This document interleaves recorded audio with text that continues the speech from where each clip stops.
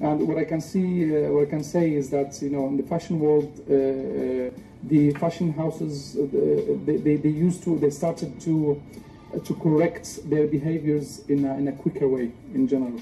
Depends on, and I think that the taste of people, or the taste of the customers worldwide, has started to be a big indicator for them, in the moment of creating a collection or creating a tendency in general, because there are some tendencies that are not suitable to people in general.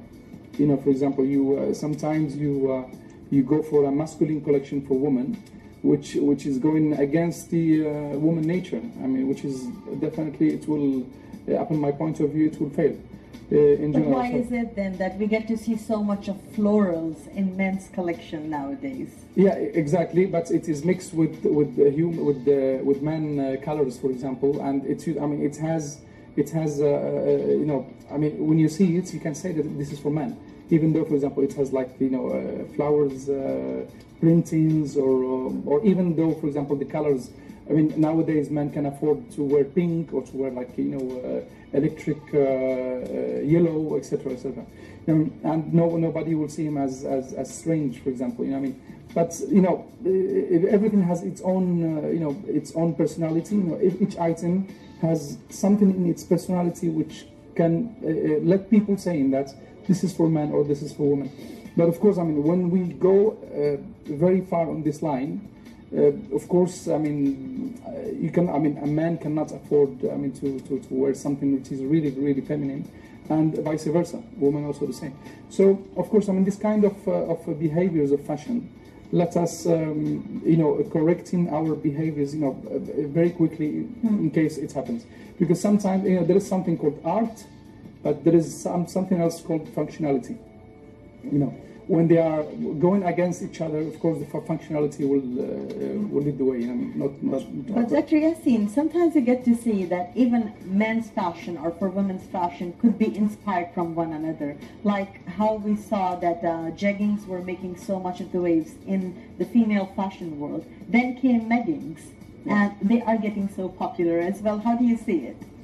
Well, I think it's also a normal behavior. It's a normal behavior. I mean, nowadays, I mean, as I told you, I mean, we are in a very, very changing era in general, where you can see, you know, even contradictional, you know, lines going, successing each other without any problem. Sometimes they create problems in general, but as I told you, you know, nowadays. It is the customer, it is the taste of the customer worldwide who's guiding, let's say, guiding the fashion retail lines in general. And Dr. Yassine, how does a fashion designer choose the fabrics and accessories? Is it just specifically for, say, for a type of group, a type of market segment, say for guys, when they make, like I say, a suit or something, maybe they try to target for a specific, say, executive suits for the CEOs or top officials or anyone like that. How do they go ahead and choose it? Say, for the difference between a male and female. Well, actually, it is. I mean, it depends on the type of product in general. So, I mean, if we talk about the process of making products, of making clothing. First of all, you have the design. I mean, the designer makes the design. Then let's talk about a normal process in a house, in a design house or a brand. So the designer makes the design. He gives it to the buyer. The buyer chooses the materials, because it depends. I mean, if it's a shirt, for example, let's say that's a shirt. It's I mean, let's talk about men, and let's take the example of shirts. There are shirts to use in the morning or midday or during the day, let's say, in general, and there are shirts to use during the night or during events. There are shirts to use during weddings. There are shirts to use during, you know, nightlife, etc., etc. So it depends. For example, if I'm using, so my shirt could be made from cotton, and that will mean that it is a day shirt, for day use. It could be made by polyamide in general, or to have a big percentage of polyamide to make it slim fits, for example. And that means that it is for night use in general, or for nightlife. Or it could be very shiny, for example, you know, made from a shiny material. and this means that it is a wedding shirt, things like that. I mean, it depends on the culture of, because fashion is a culture, and so every item has its own rules, and we are following these rules to choose the materials. So we choose the materials, so each item to make it for for an occasion or for another. But how in situations, say like a guy like me, I'm trying to go buy a suit. Yeah. I'm not sure, should I get gray, blue, or just black suit? Is there specific rules or rule of thumb that I should follow? Because say that I'm not married and I need a suit, say for work or something. How do I go ahead and choose the correct one? No, there are many. For example, in this, if we follow this specific example, I mean, you have for example, office suits, you have fashion suits, and you have suits done exclusively for ceremonies, for example, yeah. And it is, I think, normally it is, you need to know what to, here is the role of the is the role of the commercial, for example, in each brand. If you're, for example, going to a store or to any shop, fashion shop, to choose something for, for example, you go to a shop and you ask for a suit for daily use. Here is the commercial. The commercial has to advise you this suit or the other. So you cannot wear, for example, a suit which is done for nightlife and to use it for urban style, for your urban use. In general, as I told you before, the material will be different, the colors will be different, etc., etc. Indeed, and nowadays we get to see men's suits which are even in use of pink. Now, as a banker, let's say if you're wearing a fuchsia color suit to your bank would not look appropriate. Absolutely. But whereas if you are going, let's say for, a casual get-together or a semi-formal get-together amongst friends or people, then yes, it is acceptable. So there are different times where you can use certain things. But Dr. Yassine, as we talk about fashion, do you think that nowadays the fashion world has been explored in so many different dimensions that there is nothing which can be too shocking to us? We have developed shock observers when it comes to fashion. Exactly, but not 100% in general. It depends on. Still nowadays, even though we're living in a globalized society, but still there are many rules which has to be followed. I wouldn't say fortunately or unfortunately. It's just like that. There are some modern societies. There are some extremely modern societies, and there are, of course, conservative societies. A conservative society would be, for example, like Saudi Arabia. A modern society would be like any European country, and an extremely modern society would be like Japan, for example. When you walk in the streets and it looks like a fashion fashion show everywhere. Really? In general, yeah. And it's where you go to Tokyo, for example, and you go into the street, and it's just like if you can just like sit down in a coffee shop terrace, and definitely trust me, you wouldn't be bored at all, because it's exactly, it looks like its tendencies. Each group of people, they're creating their own tendencies. And by the way, it is one of the cities from where we visit to get inspired for collections, for new collections in general. And there are many cities like this in the world, or countries. So let's say, let's get an example, yeah? So let's get Japan, Saudi Arabia, and France, let's say, for example, yeah?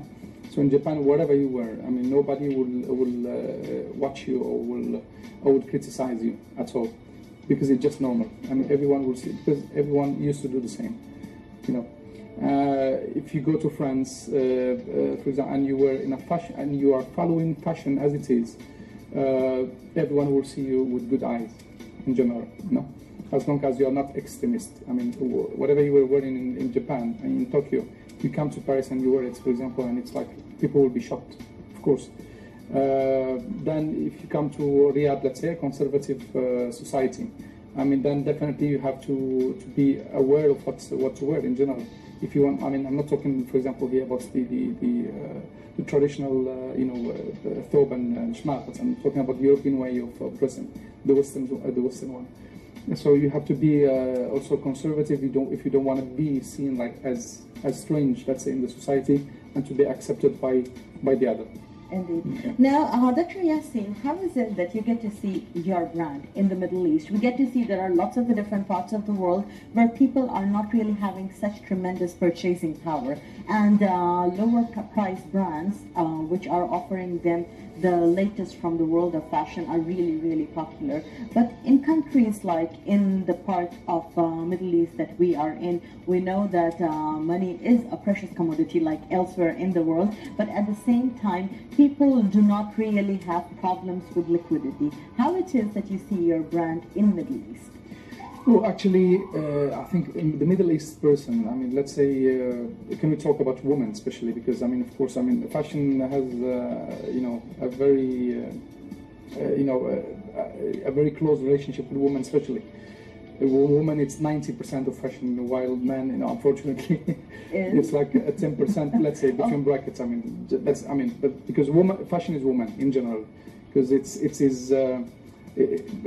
nature of woman in general, and woman is the most important element in our market, in our field in general. So what I was saying is that here, yes, definitely, money is not a problem. Purchasing power, it's big, you know, compared to the rest of the world. But however, people are looking for style, and they're looking for exactly. Yeah.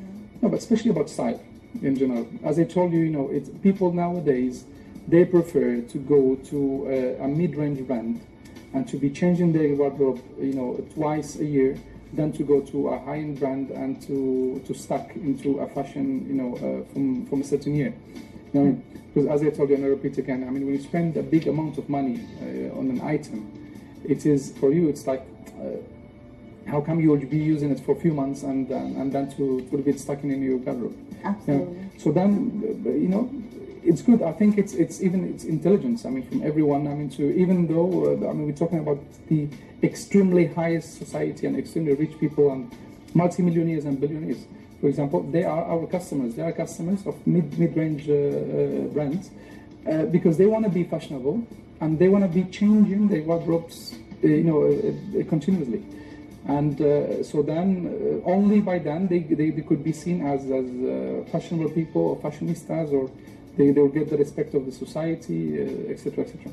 Truly. And at the same time, when we talk about fashion essentials, there are some things which are absolute essentials, such as maybe a good pair of sunglasses, a nice handbag, to some nice shoes, especially your more basic shoes, which you are going to be wearing every day to give you optimum comfort, style, and at the same time that you invest in a good brand as well. But when it comes to fashion, because it's so evolving and changing, we get to see that the black dress would always be prime importance for most of the people to be investing in heavily. So they could go and spend quite a few thousands when they're buying a black dress. But when it comes to, let's say, a fuchsia dress or a neon color dress, which is just a fashion streak currently, they're going to try to go towards a mediocre brand, which is going to be giving them the sense of style for the temporary while this color is still in fashion. But as we talk about fashion nowadays, Dr. Yassine, especially in the Middle East, do you really get to see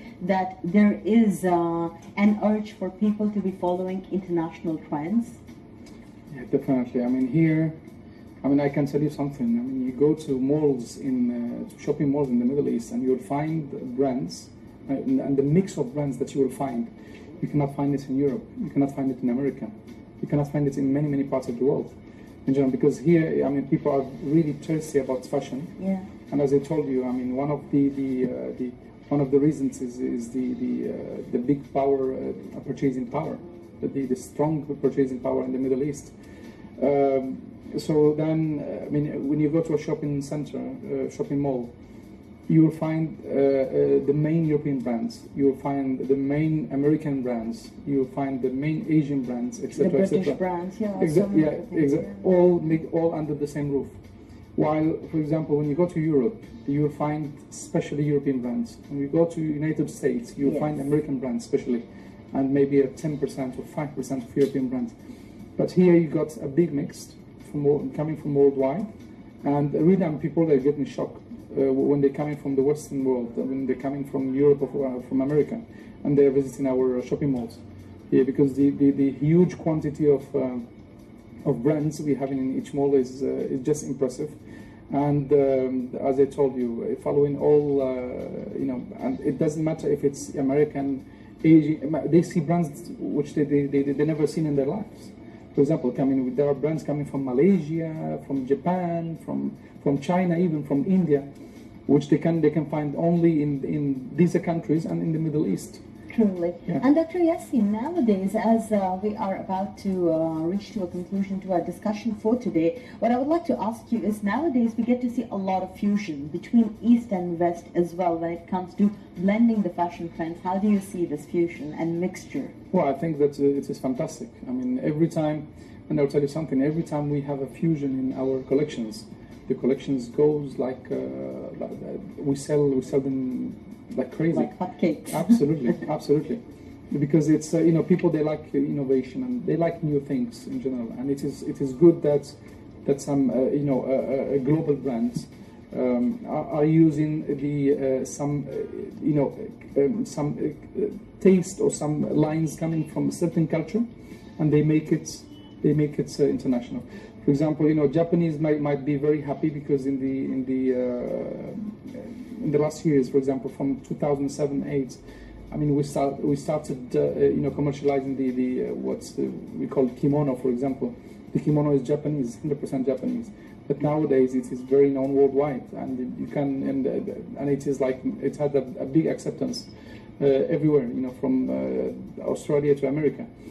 So this kind of thing. It is beautiful to see that fashion is taking this kind of stuff, from each culture and making it, global in general and affordable to everyone worldwide. Sorry. And Dr. Yassine, before we conclude this segment, any last word you'd like to tell the viewers at home? Sorry, come again? Before we conclude this segment, any last words you'd like to tell the viewers at home? Well, actually, what I can say is that I will finish by saying the same thing I said at the beginning. So, fashion, as I said, it's an expression of ourselves. It's an expression of our taste and our character or charisma. So we have to take care of our image in general. Yeah. I mean, to express these elements. And I invite everyone in the world, to be, to follow fashion in general, because, on the top of that, it gives you happiness. I mean, whether you're a woman or a man, when we are, changes are making us happier. And changes, I mean, we cannot change natural things in our bodies, but we can change our clothes and our, in the case of women, makeup, hairstyle, etc., etc. Absolutely. And with us, Dr. Yassine Sibari, would like to thank you so much for joining us in today's edition of the program. It was a pleasure having you, and we hope to see you It's again. my pleasure. Thank you very much.